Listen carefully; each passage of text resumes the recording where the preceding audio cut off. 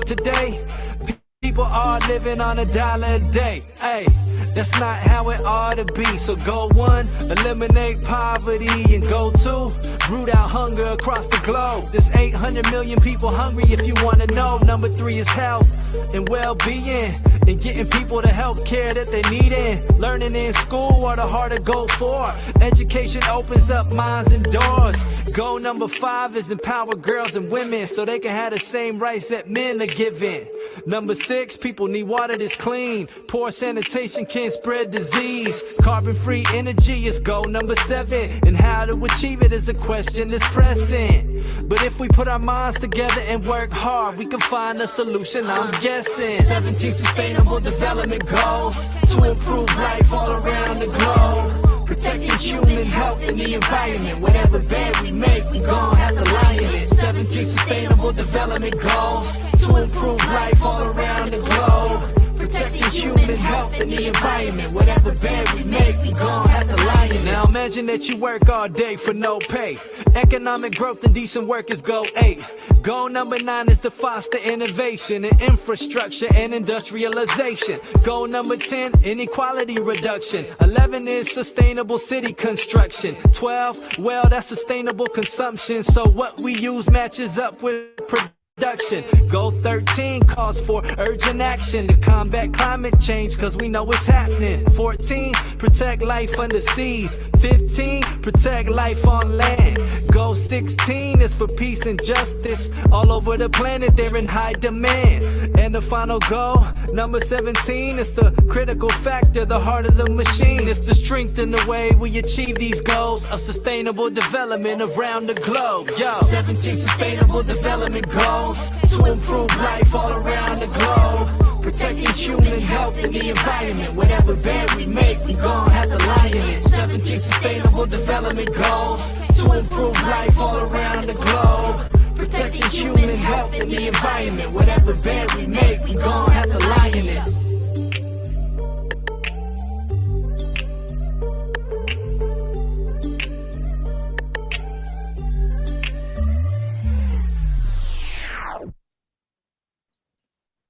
Thank you so much. Welcome everyone to join the masterclass today. Thanks for taking your time out today for this masterclasses.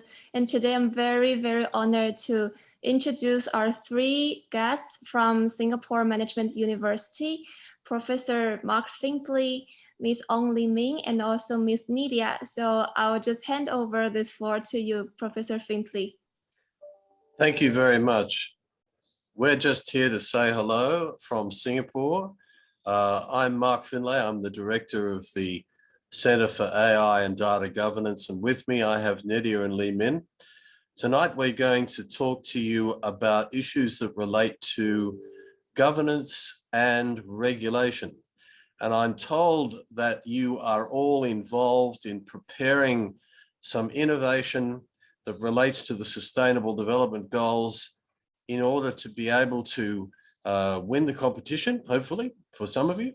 What we're going to do is to tell you how to make these innovations sustainable, ethical, and above all, that they should be responsibly used. So what I would ask you to do while we're giving our 3 short talks is to put your questions up on the Q&A, and we will answer those in the second half of tonight's event. So the first half, we will give you some information about, firstly, governance in general. Nidia will talk about financial inclusion for young people, and Lee Min will open up some important themes in relation to sustainability and climate change. First off, let's see if we can lead into... Okay. As I said to you, tonight's presentation is AI governance as responsible and sustainable innovation for and by Gen Zers. So it's for you and by you. That's an important point to make. Okay, AI and the Sustainable Development Goals. Firstly, there is no silver bullet. that AI can offer, or AI tech can give, or data can provide that will make the sustainable development goals achievable on their own. In fact, in some situations, industrial and tech revolutions have divided the world, depleted resources, and even challenged sustainability.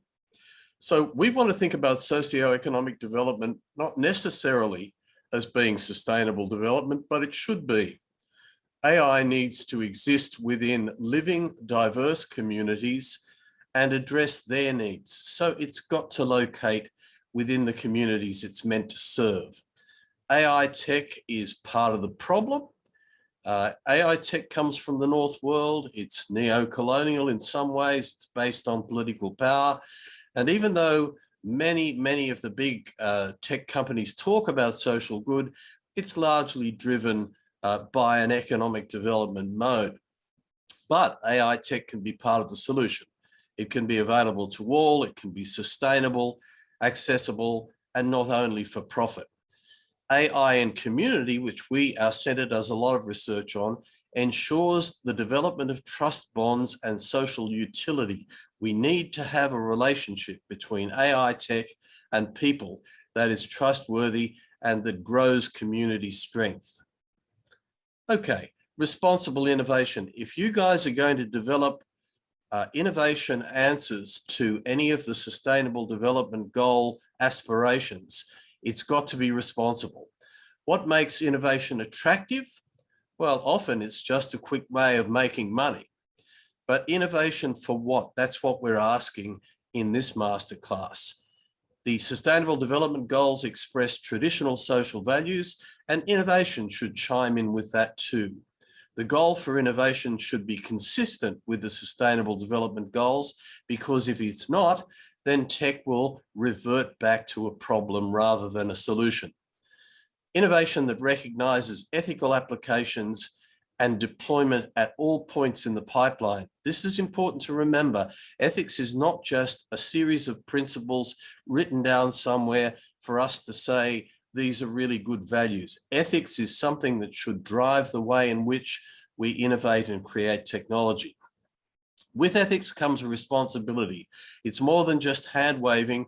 We've got to create a measure of social responsibility in the tech that we develop. Who's responsible and for what? Well, the technology is responsible for today and for tomorrow.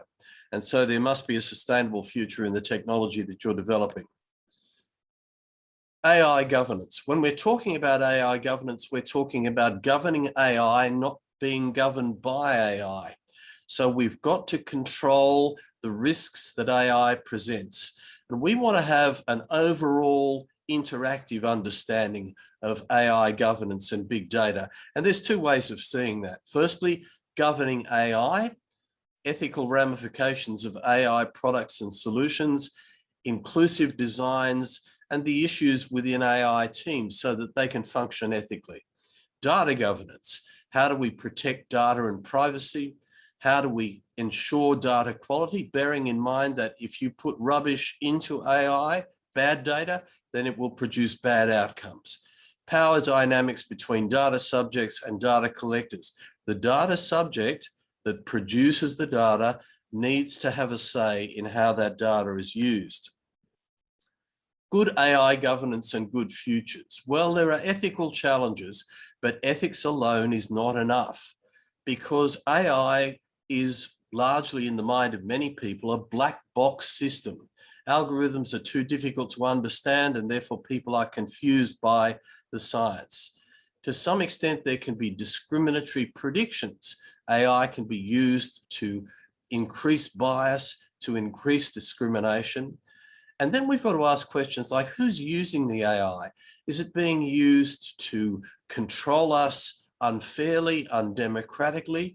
Is it being used to encourage political platforms? We just don't want AI spying on us. We want AI to produce a community, a society, cities which are inclusive and which are participatory.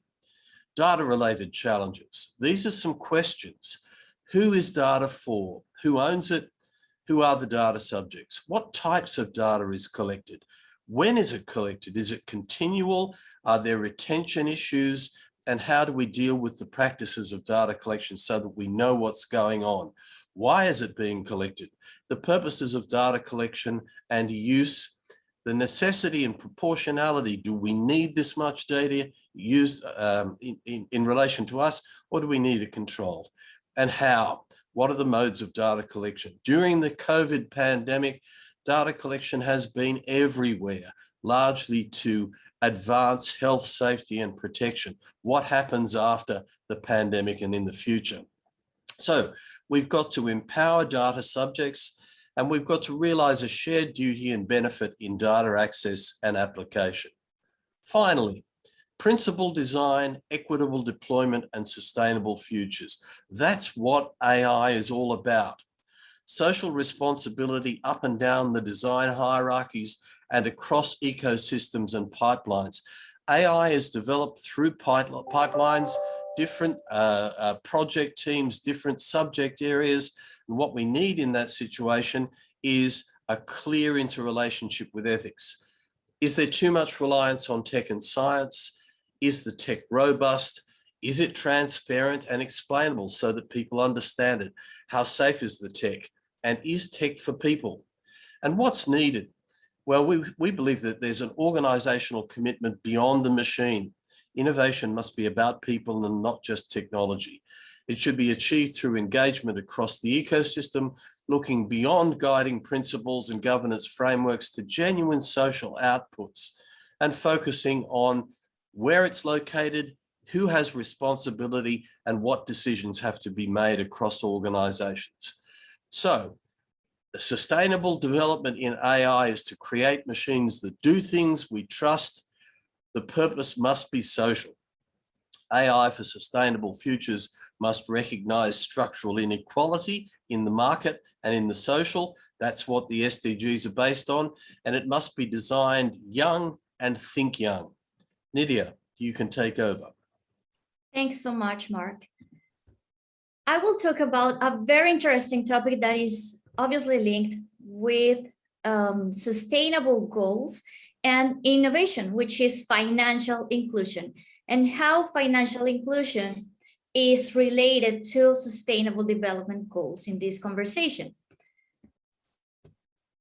Financial inclusion is positioned prominently as an enabler of other development goals. Actually, in the 2030 Sustainable Development Goals strategy, financial inclusion is featured as a target in 8 of the 17 goals that you were hearing about during the rap song at the beginning of this webinar. That's why innovation is being conceived nowadays as a tool to achieve financial inclusion, and taking the advantage of the fourth industrial revolution and the circumstances that we're living in right now, in which a big part of the population, precisely the youth, are considered digital natives. The youth are considered to be a part of the population that can easily use technology. Actually, across the OECD countries, for example, almost 20% of students access the internet for the first time before the age of 6 years old. In the United Kingdom, for example, 3 to 4 year olds and more than 80% of 5 to 7 year olds are online. This obviously changes depending on the circumstances and specific factors of jurisdictions, because we can see also that in developed economies, the situation is quite different to what we see in developing economies. In developing economies, only 67% of the youth have access to digital technologies. And in the least developed economies, only 30%. This is something that needs to be it needs to change by policies and governments in terms of sustainability and obviously financial inclusion, this access to technology as well. But in general terms, we can say that technology could be an enabler of financial inclusion. That's why we talk about not only financial inclusion nowadays in terms of policy and regulatory goals, but also digital financial inclusion. And digital financial inclusion, in the definition provided by the Global Program of Financial Inclusion, has an important component on sustainability. That's why sustainability links to the discourse and some of the things that Mark was talking about before. Sustainability in terms of data justice, for example, or sustainability in terms of using certain emerging technologies for good. I'm going to provide some examples in the context of digital finance and digital financial inclusion, where even if you have a very clear goal of increasing access to finance or increasing the inclusion of the youth in the financial system by providing new alternatives, by innovating with new technologies, some unintended consequences of the use of these technologies, for example, AI and data, have been overlooked over the past years. And now scholars, academics, policymakers around the world are looking into those ethical issues that most of the time actually are even unintended.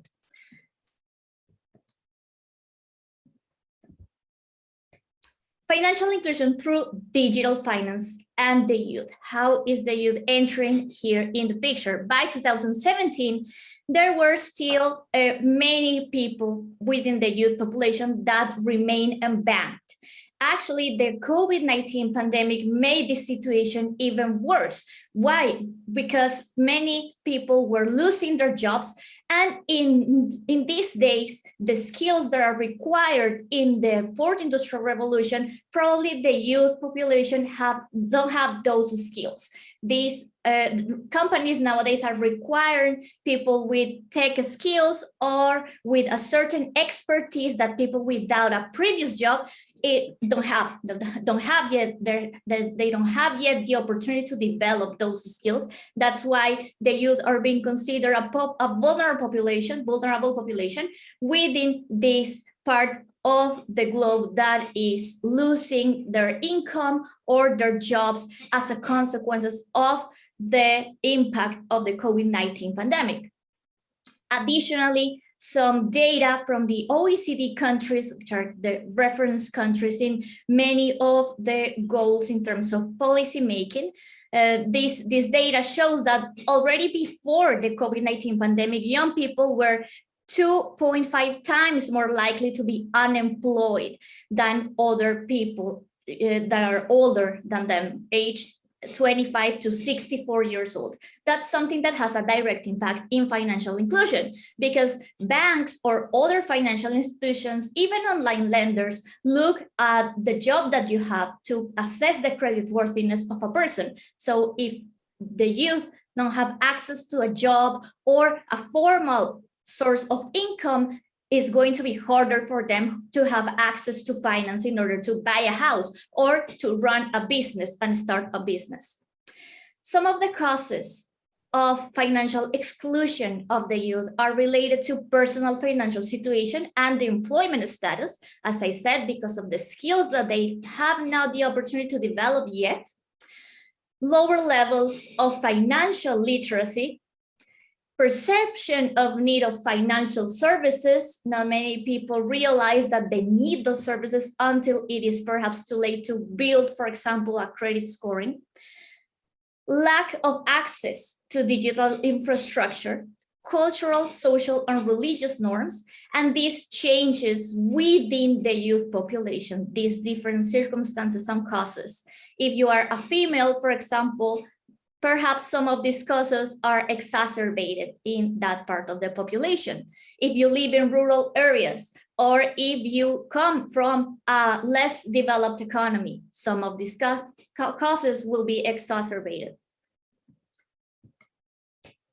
AI and data governance is being used, as I said, as a tool for financial inclusion and innovation in general. What is exactly the financial sector doing to achieve financial inclusion, to help regulators and policymakers to achieve goals in relation to financial inclusion?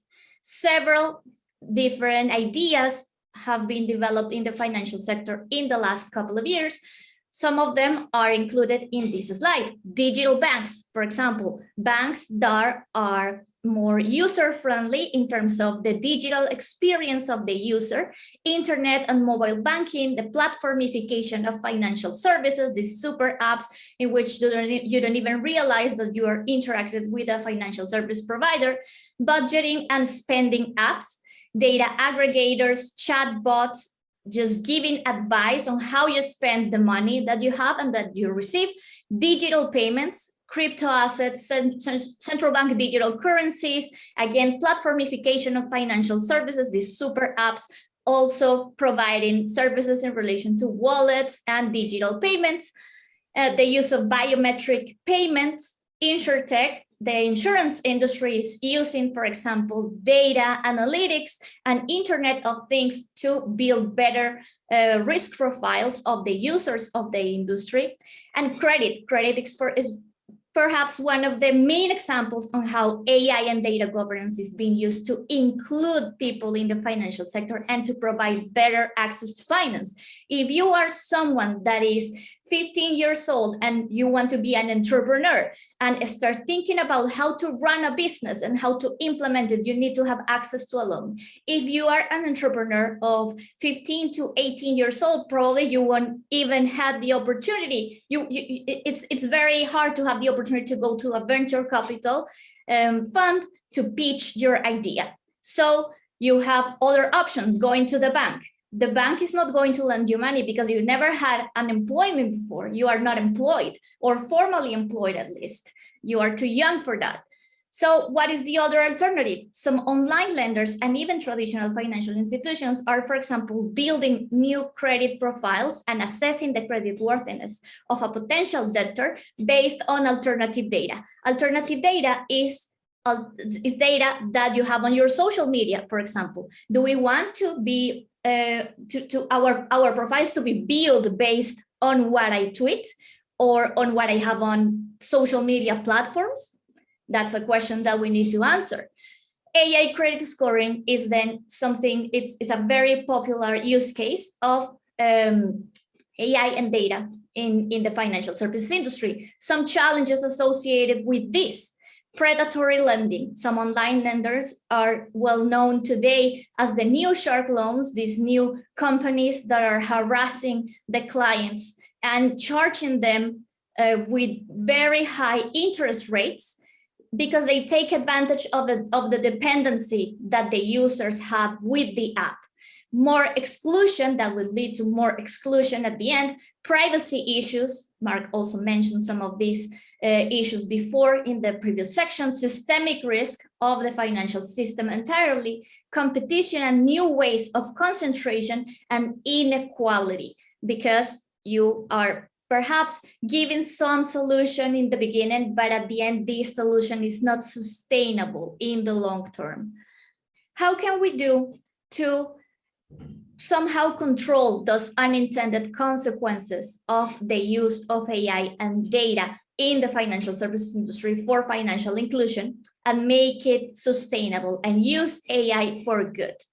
Three key strategies: AI and data governance, what Mark mentioned before. And this is beyond compliance, beyond what data protection regulation says, and beyond what the ethical principle guidelines say. It's about looking into the unintended consequences of the use of data and control what actually is happening with these implementations. Sustainable development will be the consequence of implementing these strategies. And finally, an area that the center is currently exploring called digital self-determination. We have to empower data subjects so they can decide what they want to be and what profile they want to build in the digital space. That is something that we need to grant data users, that we need to ensure that data users are capable of, even if data protection regulation is not covering this matter or this subject entirely in different jurisdictions. Now, Limin will talk about another interesting topic in relation to sustainable development goals, which is climate change. Limin, go ahead. Thank you, Nidia. So hi, everyone. I'm Li Bin, and I'm a trainee research associate at the center. Climate change is a pressing issue, and I'm very glad to be able to speak to all of you regarding this and share what I know and I found about the topic. I think it's very important that the youth have a voice on this matter. For instance, last year, 6 Portuguese youth have actually brought a climate case to the European Court of Human Rights, and this is a very big case to watch. My goal today is to introduce what I think are some of the key policy issues on this topic. So goal 13, of course, is the specific goal on climate action. The UN Intergovernmental Panel on Climate Change has said that limiting global warming to 1.5 degrees would require rapid, far-reaching and unprecedented changes in all aspects of society. Climate action interrelates with other sustainable development goals as well.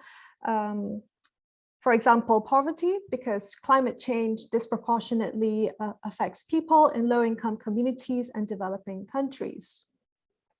They're more vulnerable to effects of climate change, such as droughts affecting their food supply. While greenhouse gas emissions are reduced during COVID-19, this pandemic, greenhouse emissions are actually forecasted to exceed after post-recovery, and therefore this is now an opportunity to build back better. Now, the question on your minds is, what is AI's role in this?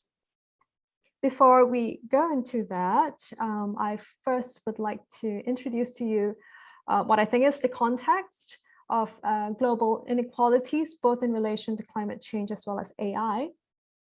So wealthier nations are actually better placed to tackle climate change. On the right, I have displayed this global adaptation index that charts a country's vulnerability to climate change, as well as its readiness to tackle climate change. We can see that the top 10 best performing countries are rich countries. For instance, Singapore is working to improve its coastal protection because we're a low-lying island, and also investing a lot to attract climate scientists to the country. On the other hand, the bottom ranked countries most at risk are those which are poor and also war-torn countries.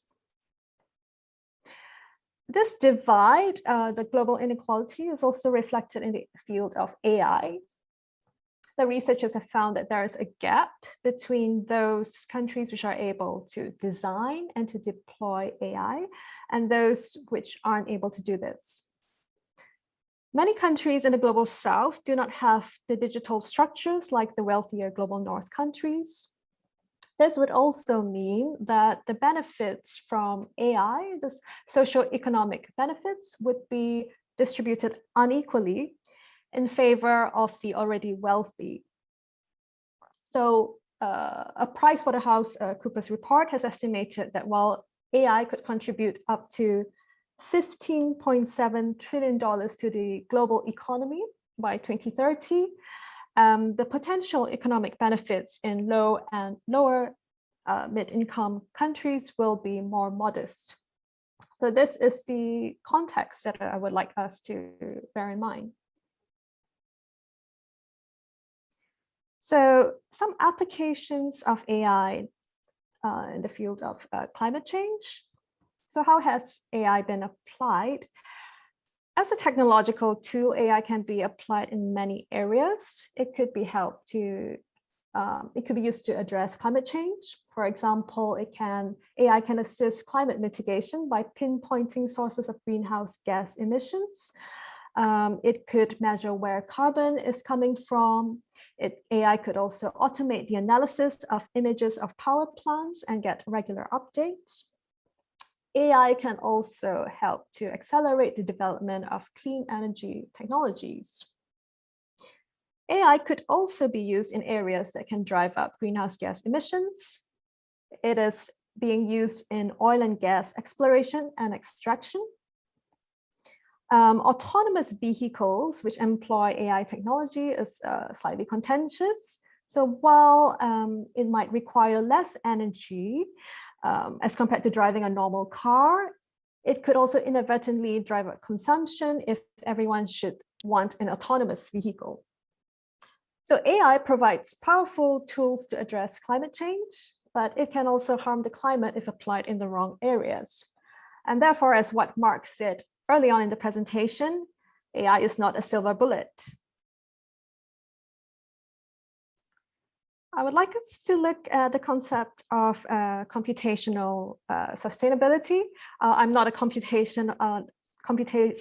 scientist, but I think it's useful to look at how it works.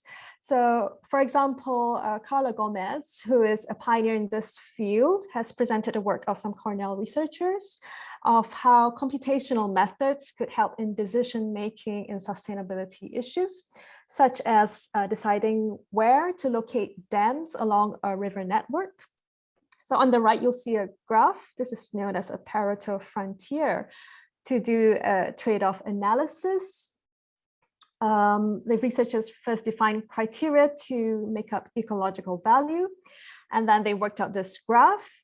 And they have found that the existing dam configuration in the Amazon basin was inefficient. As you could see, as I tried to illustrate, it has lost out on both ecological value and potential hydropower energy.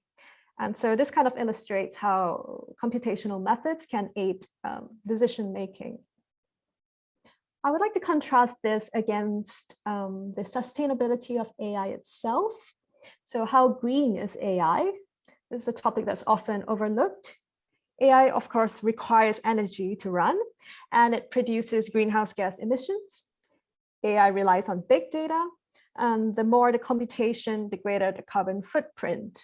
However, there is little available information on how big this footprint is. This is partly due to companies are not being required to disclose this information. Finally, I would like to suggest that the frameworks that we use to study the relationship of infocom technologies and sustainability are important. The Sustainable Development Goals are, of course, paramount, and countries have all agreed that we all need to work towards them by 2030. However, as a framework itself, it may not be the best to help highlight sustainability issues for ICT. So a piece of research has found that the Sustainable Development Goals actually tends to view technology as a neutral tool. This, however, would overlook sustainability issues which are inherent in technology. Therefore, we might want to consider other frameworks.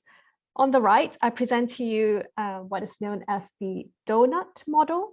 This is conceptualized by an economist, Kate Raworth. Essentially, the donut charts the social boundaries and planetary boundaries. So the donut is made up of two circles. The inner circle is like the social boundaries, things like food, housing, and healthcare. And we do not want to go beyond a bit like below this boundary because it's not sustainable for life. On the other hand, the outer circle is the planetary boundaries, things including climate change, things like ocean acidification, biodiversity loss, and we do not want to exceed the planetary boundaries in development. So the idea is that there is a safe zone within both the social and the planetary boundaries. So the goal is to stay within the donut. So researchers found that this framework, the donut model, helps to actually help us to visualize and make it more clear the unsustainability of infocom technologies. And that's all I have. And before we go to the workshop, just if you would like to know a bit more, so Professor Finlay and I will be writing a book chapter on AI and its SDGs with a focus on inequality. So do follow us on social media for updates. We look forward to your questions. Okay, thank you, Lee Min, and thank you, Nydia. There's a couple of interesting questions here, and I'll have a crack at Leslie's second question first. Could inequitable access to technologies like AI potentially exacerbate income inequality? How to quantitatively measure the negative impacts brought by AI governance? Okay, Let me answer the second part first very quickly. How to quantitatively measure. It depends entirely on the purpose that AI is given. If AI is given a purpose which is purely economic development, profit-driven, market-based, then obviously it's economic returns that are important, and the economic return goes back to the investor. So it's the standard market modeling. We've been arguing that that is not what the Sustainable Development Goals are about. The Sustainable Development Goals are in fact about social good and sustainable good. Problem about that is, what does social good mean? And I would suggest that the way of quantitatively measuring the negative and positive impacts is to go to specific locations, specific challenges, specific communities, and identify what the tech is or is not doing. Now, just to answer your first question, could inequitable access be the problem? Absolutely.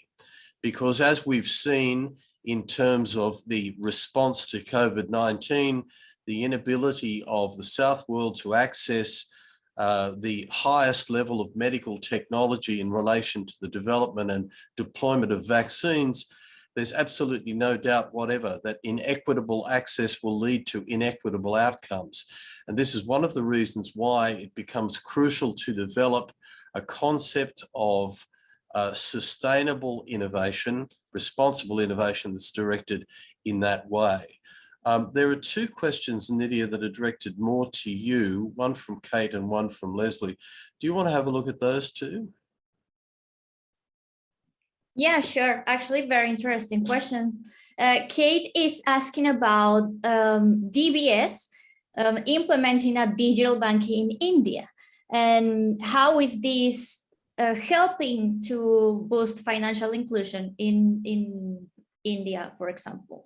The first thing to say about this question is that the approach to digital banks is different depending on the jurisdiction. There are different models in which regulators have decided to approach digital bank licenses. India is a great example of a jurisdiction that has decided to it's not that the regulator has decided to do nothing, it's not the doing nothing approach, but what the regulator said is, we already have a licensing regime for banks. So let's leverage on that to make banks to do partnerships with the digital banks. So neobanks or digital banks in these jurisdictions have to partner with a bank that already has the license with 100% the requirements in terms of prudential regulation and capital requirements in place in that jurisdiction. And as a result of that partnership, the neobank is allowed to operate. So the digital bank implemented by DBS and other digital banks operating legally in India are partnering with traditional financial institutions. That is one approach, but other countries have decided to do different things. Singapore, for example, has a special licensing regime for digital banks, which means that they have to comply with different regulations. And what are the differences of those regulatory requirements? For example, they have more strict regulations applicable in terms of cybersecurity, because they are entirely operating on the internet and online. So they have other types of operational risks. If a digital payments platform of a traditional bank fails, or the ATM networks fails, the bank still has the bank branches to respond to the depositors. But that is not the case of the neobank or the digital bank. That's why Singapore has these differences between the two regimes. Another interesting thing about the Singaporean approach to digital banks is that here is a closed list license regime, which means that the licenses are only being granted to some successful applicants that MAS decided to grant the license to. So if I'm an entrepreneur, for example, and I want to run a digital bank in Singapore, I'm not going to be able to, because the application process already closed, and the 4 successful applicants already have the license for the digital banks. And that's what MAS wants to control. They want to have a closed list to see what exactly is going to happen with those neobanks operating in the market. That is not the case of India with the partnership approach. Anyone with a partnership with a traditional bank could implement a digital bank in that country. South Korea has like the other extreme on the spectrum of digital bank licenses. In South Korea, anyone can apply for a digital bank license, and no one is obliged to have a partnership with a traditional bank. And they have to comply with certain regulatory requirements that in order to increase competition, the regulator decided to lower. So the entry barriers for the neobanks or digital banks are lower in terms of regulatory requirements in that jurisdiction. That is another interesting approach. If the regulatory goal is to increase competition, perhaps the regulator can decide to lower the entry barriers in terms of obligations and compliance. So those are the different approaches, and how this is how DBS made it possible to implement a digital bank in China by partnering with the traditional bank that also operates there. It looks like Puna wants to make a comment on this. Am I right? The comments actually just come up. The second question, Nydia, relates to, can you see it? The second question of Leslie? Leslie, yeah. This question goes to Nydia on financial inclusion. Could you share a little bit more about the common practices used by financial institutions or policymakers in giving more people access to finance? How do they measure and manage the risks? Well, it depends. Let's talk about the most common use case of AI for financial inclusion, which is credit scoring. Even traditional banks have been using data analytics, big data, and now AI to build different models in terms of creditworthiness or of the potential debtors. And obviously the online lending market is exploding in many jurisdictions. So this is like the thing that most regulators are looking into in terms of financial inclusion, especially on the side of access to finance or access to loans. Other example could be digital payments, but if we are going to talk about more AI and the use of data, probably credit scoring is the most attractive use case in that regard. What are regulators doing here? It depends. Some regulators have done nothing because they already have some regulations in place in terms of fairness in lending markets. Fair lending has existed for many years in many jurisdictions, but these regulations tend to say that you as a financial institution or as an online lender provider, you cannot take into account characteristics of a debtor such as gender, or religion or race in order to discriminate. So you cannot charge a higher interest rate just because of the race of a person.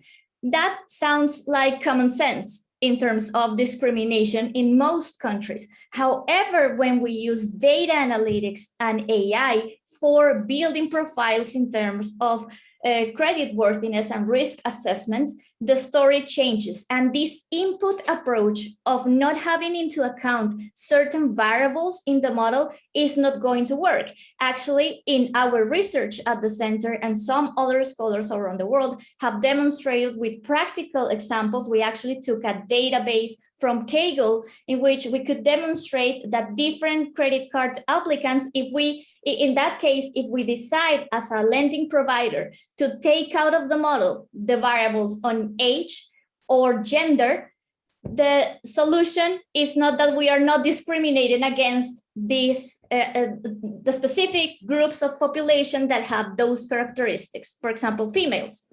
That is not the case when we control the input of the models. The discrimination is still there in the result or in the output of the model because of the omitted variable biases. So bias is still in the model because the model is able to guess the gender of a person or the age of a person, even if you take out those variables from the model, because the model has contextual data, for example, where the person lives, if the person is married at a certain age, if the person is employed, or if the person has kids.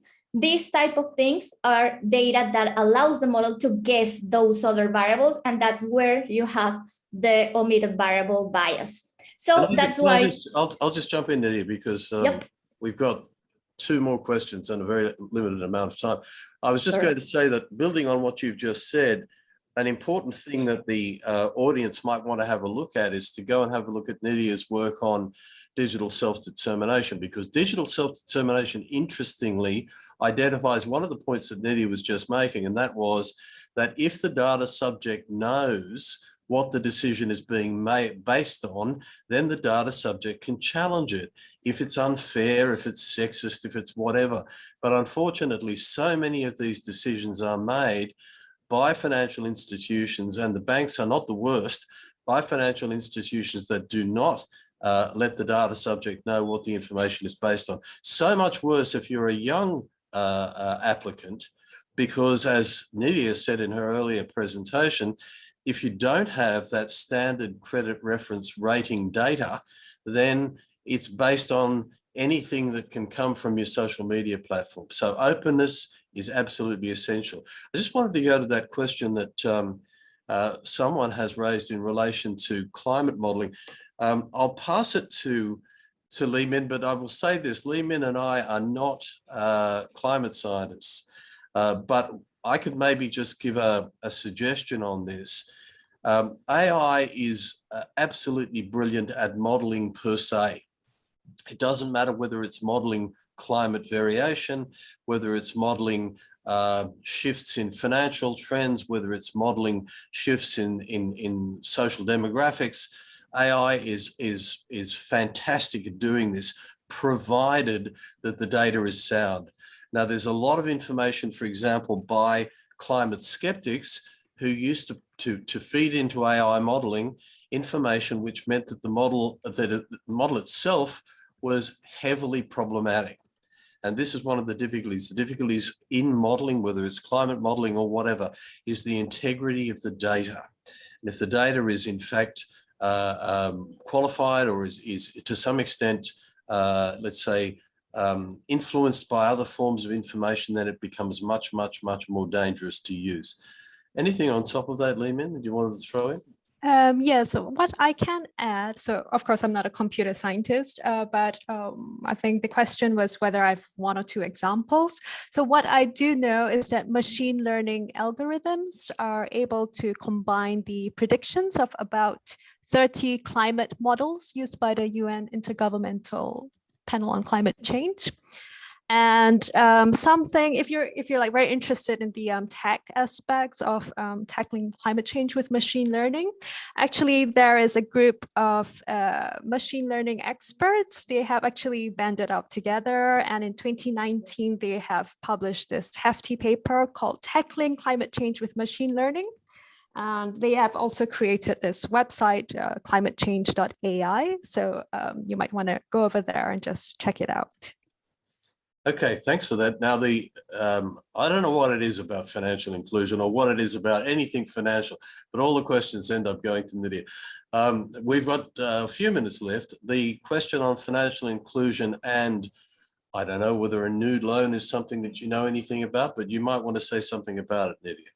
Yeah, the naked loans were like this scandal, or this thing exploded on news and the media in 2018, but I'm sure it existed even before, years before that. And it's basically people, and most of them girls, if the female youth, using naked pictures to have access to loans. The People's Bank of China decided to regulate the matter, saying that most of these platforms were micro lenders that were not properly licensed in the country. So what they said was to try to increase the enforcement actions against the illegal platforms, but this still, as the shark loans type of market, they still exist. And that's definitely a problem. How can AI contribute to enforce and the current regulations on microlending and help target these companies and increase the enforcement actions against these illegal companies? This is something called subtech. Some regulators have decided to monitor online platforms, social media platforms, for example, and with AI technology being used as, this is called subtech because it's supervision and technology. Some regulators, some regulatory agencies can implement this type of models that kind of supervise what is happening in these social media platforms by using APIs that connect them through to these social media platforms. So they can, for example, based on natural language processing and AI models, determine when someone says something like nude loan or these keywords that can be somehow detected by the model. So the agency is able to see when someone is using or promoting the use of these type of microlenders that are not adequately licensed or breaching some of the regulations in that specific country. That is an area where AI can contribute, and actually that type of technology is being used in other areas in financial services, for example, to know when someone is using insider trading in markets. That could be used also in the microlending industry. Okay, and underneath that, Puna would like to answer this question live. I'm not sure what that means. Is that, does Puna want to make a comment, or? No worries, probably this is only, we are marking the question so that the audience can see the questions. Okay, fine. Exactly. All right, that's fine. The one down the bottom, which has come from Shiranya, which is the question that should have been asked at the start of the evening, I think. Thank you for a great presentation. What can I do as an individual data subject to push for better AI governance? I'll very quickly say something and then leave it to the other two to make a comment. The best thing you can do is ask what's happening to my data. The problem with so much data use is that it goes on without the data subject's knowledge in any way. I'll give you a simple example. If you want to use Facebook or you want to use any of the US-based social media platforms now, they require your consent. Your consent to what? Your consent to the fact that they can access all the information on your phone and associated with that. Do you know what that is? Do you know how far they can go to drill into that information? You don't, and you should. One of the reasons why digital self-determination is so important is that it gives the data subject the opportunity to speak out and to say something. The question underneath that relates to poor people's inequality to purchase AI services and products. That goes to the problem of poverty and low levels of technical access across the world. Much of the discussion we're having is a North World discussion.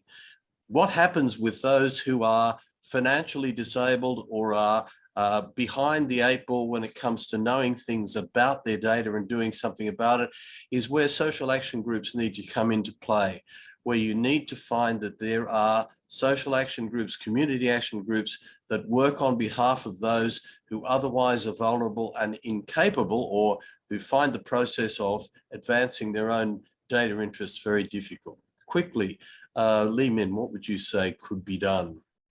Well, I think my answer would be, well, you know, I was just thinking of the time when I tried to attended this, it's a different topic. It's a talk on refugees. And I think, and one of the speakers said, you know, the greatest thing that you could do as an individual is simply to arm yourself with information. So build up your own awareness. So regarding AI, yeah, so I think what all of us could do, and especially the youths, is just really to just inform yourself, educate yourself on the topic. So follow us, follow our work, follow other people's work regarding AI and data governance. And from there, then you are able to speak more and debate more regarding the topic. Nydia, we've got 3 minutes. What would you like to say? Yeah, I think I'm linking back to the last question on how do we think that AI governance should deal with poor people's inability to purchase AI services and products, and whether this exacerbates the poverty problem even more. I think digital self-determination and these concepts that we are advocating to in terms of empowering citizens in this context don't actually want to prevent the exacerbation of problems such as poverty, encouraging people and giving them the opportunity to understand what they are signing to and dealing with in terms of their data and how companies are using their data is making them responsible for the decisions they're making. The consent, the consent-driven type of data protection is becoming just a compliance check for companies and needs to be drifted away from that type of protection, because it's actually not protecting anyone, and empowering someone is not, we are not advocating on that on a paternalistic view. But we also talk about in our research on the duty dimension of digital self-determination and making people, data subjects, responsible for their decisions. So the concept of digital self-determination and protecting citizens and data subjects, actually, it's a sphere that comprehends and comprises not only the rights, but also the duties of people in being responsible with the data management. So I wanted to emphasize that. You are muted, Mark, I think. No, I'm not now. I was just going to say, I'm mindful of the fact that UI said to us that she's got another class hot on our heels. Could I say thank you to all the people who have attended tonight and who have given us some really interesting questions to talk about. I would say this, that it's important for us to remember when we are considering the development of new technology, investing in innovation, spending our time and our ideas and our commitment to creating things that are new, that in doing that, you cannot do that effectively unless you do it within a social conscience. And social conscience isn't something which is, you know, just a nice thing to talk about. It's something which is absolutely essential, because unless we see the importance of social good as being at the heart of the development of and deployment of AI, then what we're going to find is, as one of these questions certainly alluded to, that AI simply does what happened during the last industrial revolution, and that was that the rich and the poor sides of the world just got further and further apart. I would like to say this too, that it's extremely important to remember that the young people of today, youth of today, are those people who are going to carry AI, carry data use into the face of very great global challenges. And in doing that, you're going to find that it becomes more and more important, more and more significant to be thinking about the value of what you do relative to the community in which you live, rather than relative to your own financial advancement. And this is one of the most difficult things to face, I think, for young people today. And that is that the old-fashioned values, which were neoliberal values about my wealth, my profit, my benefit, had their place, but time is running out for that thinking. And the Sustainable Development Goals quite clearly are encouraging us to look specifically at what can AI do as a mechanism for advancing sustainability in the future. Just to finish on a positive note, I think, and that is that while AI presents some fantastic opportunities, it is not something that is owned by one country, by one business, by one commercial entity, by one powerful group. It is like data across borders. It's across borders, and because of that, it's a general globalized capacity. And if we are to engage with AI and the use of big data in that globalized consciousness, then we won't be thinking like Singaporeans or Chinese or Australian or whoever it might be. We'll be thinking like global citizens. And global citizens then become the driver of the market, the driver of sustainable society, and the driver of climate and environment, which is something in which we want to live rather than to hide away from. So I would make the point very strongly that in developing your innovation strategies, remember, innovation needs to be responsible. The use of big data, the use of AI must rest on the governance principles that we talked about, whether it's through financial inclusion or whether it's in terms of the protection of the environment. Without governance strategies that are driven by data subjects, then AI is just going to become another part of the problem. And that's one thing we want to avoid. Okay, I'm right on time, even though Yue said we have another few minutes. If there was any other question somebody wanted to throw up, we'd be happy to answer it. Otherwise, as I said, thank you very much for your involvement tonight. And I'd also encourage you, as Lee Min and Nydia have done, to follow the work of the Centre on our website. If you want to talk to us about any of the issues that we've raised tonight, any of the matters that we deal with in our research, you can, of course, communicate with us through email after tonight's session. And we will be passing the slides that we've used onto UA, and she can obviously circulate those to those of you who are interested in them. Thank you very much. Thank you so much, Prof. Finlay, Nydia, and also Ling. Thank you so much. So yeah, it's really, as audience has said in the chat, is a very insightful and informative session, and also very inspiring for the youth in terms of what we can individually do for a future which is more inclusive and more sustainable. And it's really true that this AI governance challenge is a global challenge, which is exactly why we are doing this, to bring like-minded young talents together to learn from international experts and also fellow talented, passionate young people to bring this challenge, to bring the change to the society. So thank you very much. A quick announcement that we will have another class by Dr. Karina Pronko from the University of Oxford in just 15 minutes. So I'll be sharing the link in the chat as well. So thank you again, Professor Finlay and Nydia, and also Li Ming. Thank you. Thank you for having us, and good luck, everyone.